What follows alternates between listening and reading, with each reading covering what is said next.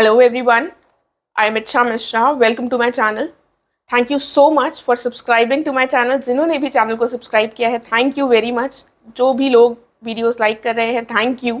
और जो लोग चैनल से नए जुड़ रहे हैं, जो पहली बार देख रहे हैं, प्लीज़ इसको लाइक कीजिएगा और चैनल को ज़रूर सब्सक्राइब कीजिएगा. तो अब आते हैं बात पर.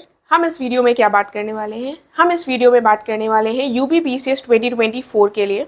देखिए ऑलरेडी मैं इस टॉपिक पर वीडियोस बना चुकी हूँ, लेकिन कई लोग ऐसे हैं जो अब स्ट्रैटेजी बना रहे हैं या आप सोच रहे हैं एग्ज़ाम देने का कि हम 2024 का एग्ज़ाम देंगे, या ऑलरेडी सोच चुके हैं लेकिन उनको समझ नहीं आ रहा क्या करना चाहिए. मेरे पास भी इससे संबंधित बहुत सारे क्वेश्चंस आ रहे हैं. लोगों में बहुत ज़्यादा कन्फ्यूजन है कि क्या हम पहले दिन से ही आंसर राइटिंग शुरू कर दें या फिर हम प्रीलिम्स और मेंस की पढ़ाई पहले दिन से ही एक साथ करने लगे. देखिए ये बातें कही जाती हैं, लेकिन उन लोगों के लिए जिनके पास थोड़ा सा आइडिया होता है, जो थोड़ी चीज़ों को पढ़ चुके होते हैं. ये चीज़ें उनके लिए नहीं है जो एकदम से शुरुआत कर रहे हैं, राइट. तो इस वीडियो में मैं आपको बताऊंगी कि आपको क्या करना चाहिए, शुरुआत कैसी करनी चाहिए, क्योंकि जो पहला स्टेप होता है वो बहुत टफ होता है, राइट. और एक चीज़ और बता दूं कि हमें आज के ज़माने में, हम ऐसे ज़माने में रह रहे हैं जहाँ पर हम इंस्टाग्राम रील्स देखते हैं बस कुछ सेकेंड्स की, और हमें इंस्टेंट रिजल्ट्स की जो चाहत है वो ज़्यादा बढ़ गई है, राइट. हमें चाहिए कि हमारा जल्दी से सिलेक्शन हो, लेकिन हम ये नहीं सोचते हैं कि उसके पीछे कितनी मेहनत करनी पड़ेगी. तो उसके पीछे आपको पेशेंस रखना पड़ेगा और पेशेंस के साथ एक एक कदम आगे बढ़ाना पड़ेगा. जंप कर कर आगे बढ़ने की कोशिश करेंगे तो ज़्यादा चांसेस हैं कि आप स्लिप होकर गिर जाए, राइट. तो पहला स्टेप हमारा क्या होना चाहिए? पहला स्टेप जो भी हमारे बेसिक सब्जेक्ट्स हैं, जैसे कि हो गया हमारा पॉलिटी, हिस्ट्री, ज्योग्राफी, इकोनॉमिक्स और बाकी साइंस, एनवायरनमेंट, इन सारे सब्जेक्ट्स की बेसिक अंडरस्टैंडिंग हम डेवलप करें, राइट. बेसिक अंडरस्टैंडिंग कैसे डेवलप कर सकते हैं? आप चाहें तो एनसीईआरटीज पढ़ सकते हैं. देखिए ये क्वेश्चन बहुत पूछा जाता है कि क्या हमें 6 से लेकर 12th तक की एनसीईआरटीज पढ़ना कंपलसरी है? कुछ भी कंपलसरी नहीं है. एग्जाम में आपके बुक्स मेंशन नहीं करी हैं उन्होंने, लेकिन एनसीईआरटीज में इजी चीज़ें लिखी हुई हैं, हम आसानी से पढ़कर समझ सकते हैं. उसमें भी मेरे हिसाब से अगर आपको एनसीईआरटीज पढ़नी है तो 9 से 12th तक की एनसीईआरटीज आप पढ़कर समझ सकते हैं. 6, 7, 8 की काफ़ी बच्चों वाली होती हैं, उतनी ज़्यादा चीज़ें हमें इतनी ज़रूरत नहीं पड़ती है. फिर भी अगर आप 9 से 12th की एनसीईआरटीज रेफ़र कर रहे हैं और आपको कोई चीज़ नहीं समझ में आ रही है, तो आप क्या कर सकते हैं? आप रेफ़र कर सकते हैं छोटे क्लासेस की एनसीईआरटीज को, राइट. इसके अलावा अगर आप एनसीईआरटीज नहीं पढ़ना चाहते हैं तो आप जो बाकी रिसोर्सेज हैं उनके ऊपर भी मूव ऑन कर सकते हैं. ज़रूरी नहीं है कि आप एनसीईआरटीज पढ़ें ही, राइट. आप एनसीईआरटीज इसलिए पढ़ें ताकि आपको चीज़ें समझ में आ जाए. अगर आपको किसी और सोर्स से चीज़ें समझ में आ रही हैं तो एनसीईआरटीज मत पढ़िए. इसमें इतना कुछ भी कंफ्यूज होने की ज़रूरत नहीं. जो चीज़ हमारे लिए आसान हो और हमें समझ में आए, सिलेबस कंप्लीट करने में, टॉपिक्स को कंप्लीट करने में हेल्पफुल हो, वो हमें करना है, राइट. अब जब आप बुक्स पढ़ेंगे तो कई बार बुक्स थोड़ी बोरिंग लगती हैं, राइट. चाहे वो एनसीईआरटीज हों, चाहे वो जो बेसिक सोर्सेज हो, जैसे लक्ष्मीकांत मान लीजिए पॉलिटी के लिए, तो आप क्या कर सकते हैं? यूट्यूब चैनल्स में आप देखेंगे बहुत सारे ऐसे चैनल हैं यूट्यूब में जिन्होंने प्रोवाइड कर रखे हैं पूरी पूरी बुक के चैप्टर वाइज एक्सप्लेनेशन, राइट. तो जब वो समझाएंगे तो आपको चीज़ें तो समझ में आएंगी ही, और आपको ये भी समझ आएगा कि कौन सी चीज़ इंपॉर्टेंट है और कौन सी चीज़ इंपॉर्टेंट नहीं है. क्योंकि जब हम बुक पढ़ते हैं तो हमको हर लाइन इंपॉर्टेंट लगती है और हमें लगता है हर लाइन लर्न करनी पड़ेगी, लेकिन ऐसा नहीं होता है. वो हमें ऐसे वीडियोज़ देखकर समझ में आ जाएगा, राइट. तो हमारा पहला स्टेप क्या हो गया? जितने भी बेसिक सब्जेक्ट्स हैं जो हमारे एग्जाम के लिए रेलेवेंट हैं, उन सब्जेक्ट्स को मैं फिर से बता देती हूँ. पॉलिटी हो गया, हिस्ट्री हो गया, ज्योग्राफी, इकोनॉमिक्स, साइंस, एनवायरनमेंट, ठीक है. शायद मैंने सारे सब्जेक्ट्स कवर कर लिए. इनका थोड़ा सा बेसिक आइडिया हमें लेना है. हर सब्जेक्ट को एक सब्जेक्ट उठाइए. अगर आप एक सब्जेक्ट से बहुत बोर हो जाते हैं तो मैक्सिमम 2, इससे ज़्यादा नहीं लेने हैं. क्या करना है? वीडियोस का टारगेट सेट करना है या बुक के चैप्टर्स को फिक्स करना है कि आज मुझे इतना टारगेट रखना है, इतने चैप्टर्स पढ़ने हैं, और वो आपको कंप्लीट करना है. इस तरीके से 15 दिन रखिए एक सब्जेक्ट को कंप्लीट करने में.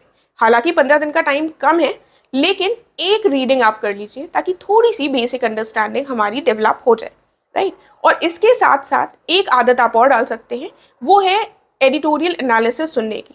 देखिए इसके आपको अभी से नोट्स नहीं बनाने हैं, बिल्कुल भी कोई ज़रूरत नहीं है. लेकिन जब आप इसको सुनेंगे, देखिए न्यूज़पेपर पढ़ सकते हैं, उसमें भी कोई प्रॉब्लम नहीं, लेकिन न्यूज़पेपर जब हम पढ़ते हैं तो हम एडिटोरियल वाला पोर्शन छोड़कर बाकी न्यूज़ में ज़्यादा खो जाते हैं, राइट. लेकिन हमारे लिए एडिटोरियल एनालिसिस को सुनना इसलिए इंपॉर्टेंट हो जाता है, या फिर आप पढ़ रहे हैं तो पढ़ सकते हैं, क्योंकि वो हमारी मेंस में हेल्प करता है और वो हमारी कहीं ना कहीं एक अंडरस्टैंडिंग डेवलप करता है जो इनिशियली आपको नहीं समझ में आएगा, लेकिन धीमे धीमे आपको हाँ समझ में आने लगेगा। आपको नोट्स नहीं बनाने हैं, आपको सिर्फ सुनना है।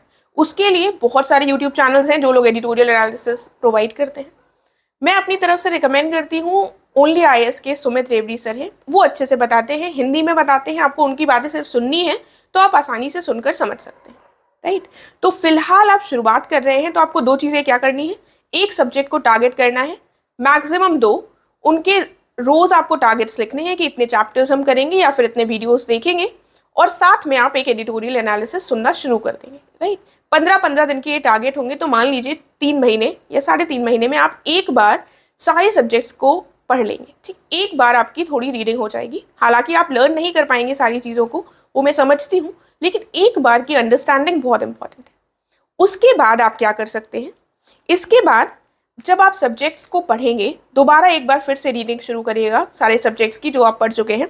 उसके साथ आप जो भी टॉपिक्स पढ़ रहे हैं उनको लिखने की कोशिश कीजिएगा। यहाँ पर आपको आंसर राइटिंग ऐसे कोई ज्वाइन नहीं करनी है, आपको थोड़ा सा खुद लिखने की प्रैक्टिस करनी है। जैसे मान लीजिए अब आप 3 महीने का आपका कंप्लीट हो गया है, अब आप दोबारा सब्जेक्ट्स को पढ़ना शुरू कर रहे हैं, अभी भी आप थोड़ा प्रीलिम्स ही फोकस्ड हैं, राइट। उसमें आपने पढ़ा मान लीजिए पॉलिटी, ठीक है, आपने पॉलिटी पढ़ना शुरू करी, आपने पढ़ा रेगुलेटिंग एक्ट वाला टॉपिक। अब आपको क्या करना है, आप पूरा रेगुलेटिंग एक्ट के, मान लीजिए आप, हम क्वेश्चन कैसे बना सकते हैं कि what are the features of regulating act, regulating act के फीचर्स क्या हैं, इस तरह से अपने आप हम क्वेश्चन उसका क्रिएट कर सकते हैं, सिंपल सा क्वेश्चन। उसके बाद अगर ये आ जाता है, आपसे एग्जाम में क्वेश्चन पूछ लिया जाता है, तो आप इसको कैसे लिखेंगे। आप बिल्कुल भूल जाइए इंट्रोडक्शन, बॉडी, कंक्लूजन, ये सब बिल्कुल भूल जाइए, ये सब धीमे से बाद में डेवलप होगा, ठीक है। पहले आप सिर्फ लिखने की प्रैक्टिस करिए, क्योंकि हम कई बार ना इतना ज़्यादा आंसर राइटिंग के पीछे भागने लगते हैं कि हमको ये नहीं समझ में आता कि पहली स्टेज ये है कि हमें थोड़े से सेंटेंस फॉर्म करने आने चाहिए, राइट। तभी तो आप मेन बॉडी और इंट्रोडक्शन, कंक्लूजन, सारी चीज़ों को सही तरीके से लिख पाएंगे, राइट। तो दूसरी रीडिंग जो सारे सब्जेक्ट्स की है वो हम कर सकते हैं लगभग 1.5 महीने में, राइट। और इसके साथ ही हमें लिखना शुरू कर देना है, अपने टॉपिक्स को जो भी हम पढ़ रहे हैं उनको हम लिखेंगे भी, राइट। तो ये हमारा 4.5 महीने आप मान लीजिए। उसके बाद जो हमारी प्रिपरेशन शुरू होगी वो प्रीलिम्स और मेंस की साथ में शुरू होगी, राइट। उसके बाद हम जब प्रिपरेशन करेंगे तो हम प्रीलिम्स को थोड़ा थोड़ा देखेंगे, लेकिन हम मेंस के भी अब जो सिलेबस है उसको निकालेंगे और उसको समझने की कोशिश करेंगे, साथ में उसके नोट्स बनाएंगे। देखिए, अब आप लोग ये क्वेश्चन कर सकते हैं कि मैम 2024 तो बहुत पास आ जाएगा और हमें तो अभी से प्रिपरेशन शुरू करनी है। देखिए, आई अंडरस्टैंड, पास आ जाएगा, प्रिपरेशन करनी है, बाकी लोग कर रहे हैं, लेकिन जब तक आप अपने बेसिक्स क्लियर नहीं करेंगे ना, तो आप मेंस पर जंप करेंगे तो वो बिल्कुल भी सही नहीं होगा और सारी चीज़ें मिक्स हो जाएंगी। इसीलिए आज से 4.5 महीने तक का ये प्लान रखिए, और जो आपका दूसरा वाला स्टेज होगा जिसमें 1.5 महीने का मैंने बताया है, उसमें आपकी आंसर राइटिंग एक तरह से शुरू हो जाएगी। आप लिखना शुरू कर देंगे ना, तो उसके बाद आपका एक फ्लो बन जाएगा। धीमे से आप जब धीमे लिखते रहेंगे, धीमे धीमे, तो आप समझ पाएंगे कि बॉडी क्या होती है, मेन बॉडी क्या होती है, इंट्रोडक्शन क्या होता है, कंक्लूजन क्या होता है, वो लिखते लिखते आ जाता है, राइट। उसके लिए कोई ट्रिक नहीं होती है।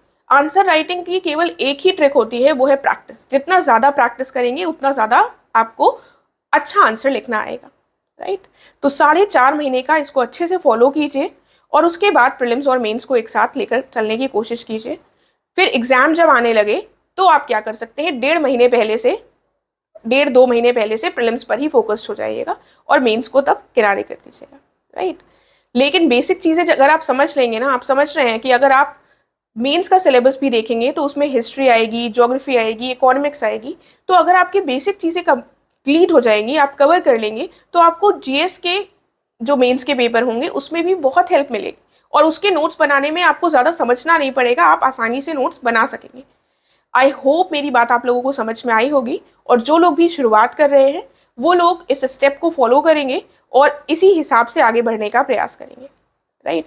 और अगर आपको कोई भी कन्फ्यूजन हो, आप ना समझ पाए हो, तो आप पूछ सकते हैं कमेंट कर, मैं प्रयास करूंगी उसका उत्तर देने का। साथ में आप लोग मुझसे टेलीग्राम चैनल के माध्यम से भी जुड़ सकते हैं, जिसका लिंक मैं डिस्क्रिप्शन बॉक्स में दे दूंगी। Thank you so much.